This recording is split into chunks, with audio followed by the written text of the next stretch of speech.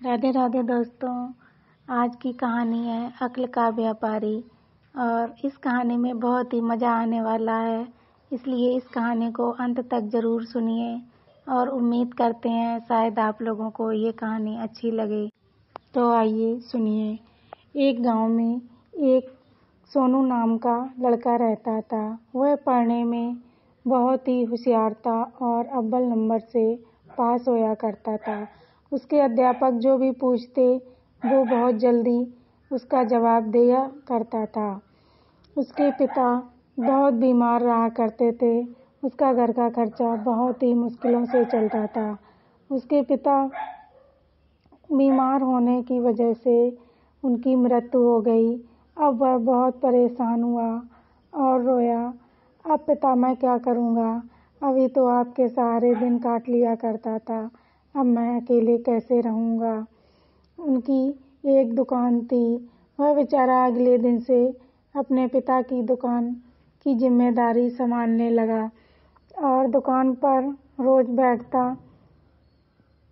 लेकिन उस दुकान पर कोई भी दुकानदारी नहीं होती और वह बेचारा बहुत तंग हो चुका था, क्योंकि उसके घर का खर्चा तो दूर, उसके खाने के लिए लाले पड़ चुके थे। अब वह बहुत परेशान हो चुका था। फिर उसने सोचा चलो ये दुकान हम सेठ को बेच दें। उसने सेठ को बुलाकर अपनी ये दुकान बेच दी। सेठ बोला ठीक है, मैं इसके 200 रुपये दूंगा। उसने कहा ठीक है, मुझे 200 रुपये मंजूर हैं, तुम दे दो। उसने 200 रुपये देकर दुकान को ले लिया।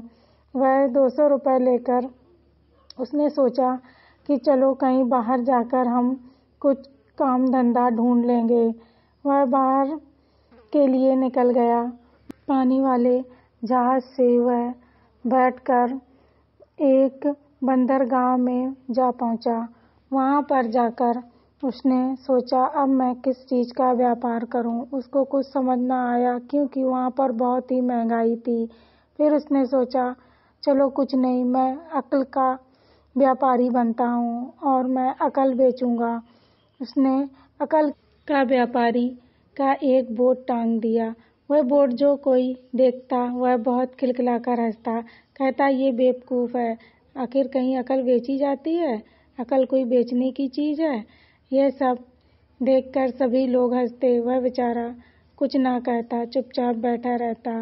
काफ़ी दिन हो चुके थे, 2 हफ्ते के करीब। फिर उसके पास आदमी आया। वह बोला क्या मुझे अकल मिलेगी? उसने कहा हाँ क्यों नहीं, लेकिन अकल देने का 1 रुपया लगेगा। उसने कहा ठीक है, कोई नहीं, मुझे तुम अकल दो। उसने एक कागज़ में लिख कर दे दिया कि आप कोई धंधा काम ढूंढ लो। यह देखकर वह चुपचाप घर के लिए लौट गया और दूसरे दिन उसने तरबूज का धंधा कर लिया और वह आराम से तरबूज बेचा करता। फिर एक दिन चंदू नाम का अपने खेत में अक्ल बो रहा था। उसके पिता ने कहा ये क्या कर रहे हो तुम? वह बोला पिताजी मैं अक्ल बो रहा हूँ, हमारे पास अक्ल बहुत हो जाएगी और हम फिर उसको खूब इस्तेमाल करेंगे। वह बोला अरे पागल, अक्ल कहीं बोने वाली चीज़ है? उसने कहा तू बिल्कुल मूर्ख ही है। एक दिन रास्ते से गुजर रहा था तो उसे अकलें बेचने का धंधा दिखाई दिया। वह देखकर बहुत खुश हुआ। अरे क्या बात है, अकल तो यहाँ पर मिलती है, क्यों ना मैं ढेर सारी अकल खरीद लूँ। वह उस लड़के के पास पहुँचा और बोला किस भाव दी अकल? उसने कहा मैं तौल कर नहीं देता हूँ, 1 रुपये की अकल है, लेना हो तो ले लो। उसने कहा ठीक है, मुझे दे दो। उसने एक कागज में लिखकर दे दिया कि 2 लोगों के बीच में कभी भी लड़ाई हो तो तीसरे को वहां पर नहीं जाना चाहिए। यह लिखकर उसने कागज दे दिया। वह अपने पिता के पास खुशी खुशी गया और बोला पिताजी मैं अक्ल खरीद के ले आया। उसने कहा अक्ल? कागज दिया तो उसने कागज में लिखा हुआ था कि 2 लोगों के बीच में कभी भी लड़ाई हो तो तीसरे को नहीं जाना चाहिए। उसने पढ़ा और बोला अरे बेवकूफ़, ये बात कोई लिखने की होती है, तुझे नहीं मालूम? मुझे उस दुकान पर लेकर चलो। उसने कहा ठीक है। वह उस दुकान पर पहुंचा और उसके पिता बोले कि ये कोई लिखने की बात है जो तुमने हमें लिख कर दे दी, अक्ल कहीं बेची जाती है। उसने कहा अब तो ये वापिस नहीं होगी, चाहे कुछ भी करो। आपस के काफी लोग इकट्ठे हो गए। फिर वह बोला कि कोई बात नहीं, अगर ये दे देता है कि मेरा बेटा 2 लोगों की लड़ाई में जरूर जाकर वहाँ पर मेरा बेटा सुनेगा। यह कहकर उसने मना कर दिया, मैं ये बात बिल्कुल नहीं बोलूँगा। सभी लोग बोले तुम कह दो, कहने में क्या जाता है। उसने कहा ठीक है, मैं लिख कर दे देता हूँ। उसने लिख कर दे दिया। कुछ दिनों बाद एक राजा की दासियां आईं और वह बाजार में तरबूज बेचने वाले के पास पहुंची और बोली ये तरबूज कैसा दिया। उसने कहा 10 रुपए का। बोला ठीक है, मैं ये तरबूज ले लूंगी। तब तक दूसरी रानी आई, रानी की दासी आई। वह भी बोली ये तरबूज कैसा दिया। वह बोला 10 रुपए का। तो मैं इसके 20 रुपए दूंगी। वह बोली तुम 20 रुपए दोगी तो मैं इसके 30 रुपए दूंगी। इस तरीके से बहस होती चली गई और 2 व्यापारी था तरबूज का, उसने देखा वह लड़ाई झगड़ा समझते ही वह अलग हट गया कि मैं यहाँ से चला जाऊं, अब तो मारपीट की नौबत है। वह वहाँ से अलग हट जाता है और जो मूर्ख चंदू था वह वहाँ पर खड़ा हुआ सब कुछ देख रहा था।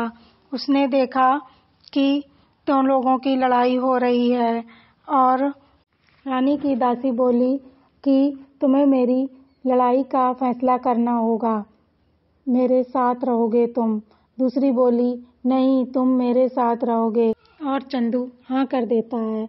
हाँ करके अपने पापा के पास जाता है और सारी कहानी बताता है। उसके पिता बहुत परेशान हो जाते हैं और वह कहते हैं ये तूने क्या कर दिया, जो उसने लिखा था वही हो गया। फिर वह उस व्यापारी के पास जाता है और कहता मुझे अकल खरीदनी है। वह कैसी दोगे। वह बोला मैं अब 100 रुपए लूँगा। उसने कहा 100 रुपए कुछ ज़्यादा नहीं है, मैं कुछ नहीं जानता, मुझे 100 रुपए चाहिए। अब वो तो बेचारा फंस चुका था। उसने कहा ठीक है, मैं तुम्हें दे दूँगा। यह कहकर वह उसकी अक्ल को खरीद लेता है। उसमें वह लिख कर दे देता है कि तुम कल जब राजा के पास जाओगे तो उल्टी सीधी बकते रहना और ये साबित मत होने देना कि हम ठीक हैं।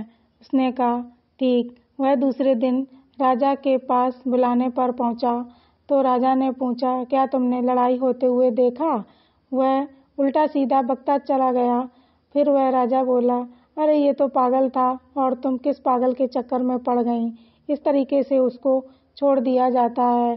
वह घर पर आता है और अपने पिता को सारी बात बताता है, लेकिन फिर भी उसका पिता बहुत चिंता में था। वह बोला कि अगर आज नहीं तो कल पता लग जाएगा तो मेरे बेटे को फांसी की सजा हो जाएगी। फिर वह उसके पास पहुंचा और बोला मुझे और अक्ल की ज़रूरत है, मुझे और दे दो, कितने रुपए की दोगे। वह बोला अब 500 रुपए लगेंगे। अब उसने कहा ये काफ़ी ज़्यादा नहीं है, कुछ कम कर लो।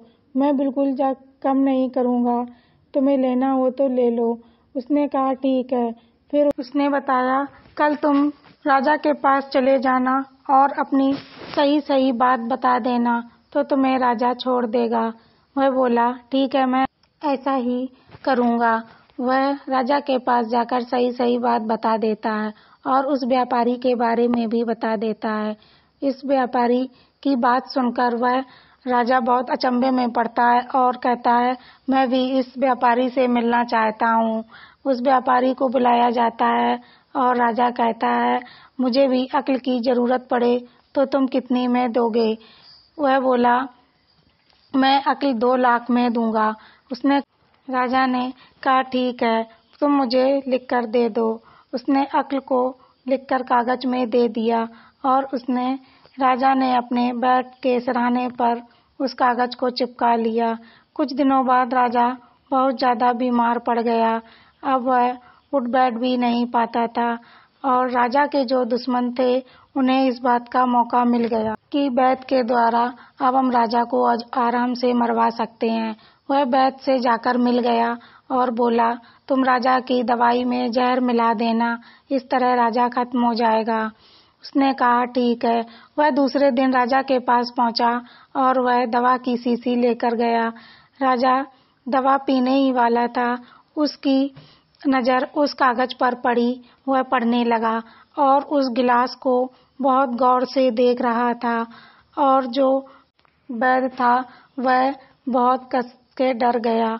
वह डर की वजह से अपने आप बोलने लगा कि मुझे यह तुम्हारे राजमहल में जो रहते हैं उन लोगों ने मुझसे कहा था तुम राजा को जहर पिला दो। राजा ने देखा और बोला, अच्छा तो तुम मुझे जहर पिलाने वाले थे। उसने मन में सोचा, इस व्यापारी ने आज मेरी जान बचा दी, नहीं तो मैं आज मर जाता। उसने तुरंत सभी लोगों को बुलाया और कहा, जाओ जिसने मुझे जहर दिलवाया है उसको लेकर आओ। वह राजा के पास आया तो राजा ने कहा, जिस थाली में खाया उसी में छेद किया, तुम्हें शर्म नहीं आई जो तुम मुझे मारने को चले। उसने कहा, अब वो डर की वजह से तुरंत बोल पड़ा, राजा जी मुझे माफ कर दो, मैं अब आइंदा से कभी गलती नहीं करूंगा। उसने कैदियों को बुलाकर और उस आदमी को मरवाने की सूचना दे दी कि जाओ इस आदमी को बीच चौराहे पर इसकी गर्दन उड़ा दी जाए। तो दोस्तों ये कहानी कैसी लगी हमें कमेंट में जरूर बताना। जय श्री राधे कृष्णा।